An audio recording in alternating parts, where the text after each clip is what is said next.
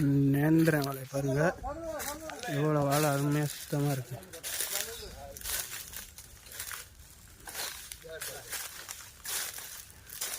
எவ்வளோ பெரிய தார் போட்டிருக்குன்னு பாருங்கள். நேந்திரன் ஒரு தார் 30 கிலோ வருங்க. அவ்வளோ அருமையாக இருக்கு வாழை தோப்பு. மழை வர கிளைமேட் வேறு பாருங்க. நம்ம வண்டி காய் ஏற்றிட்டு இருக்கு.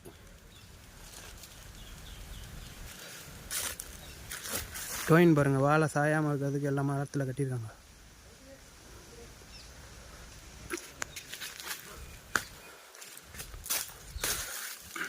ஒரு தார் 40 கிலோவுக்கு மேலே வருங்க. பாருங்க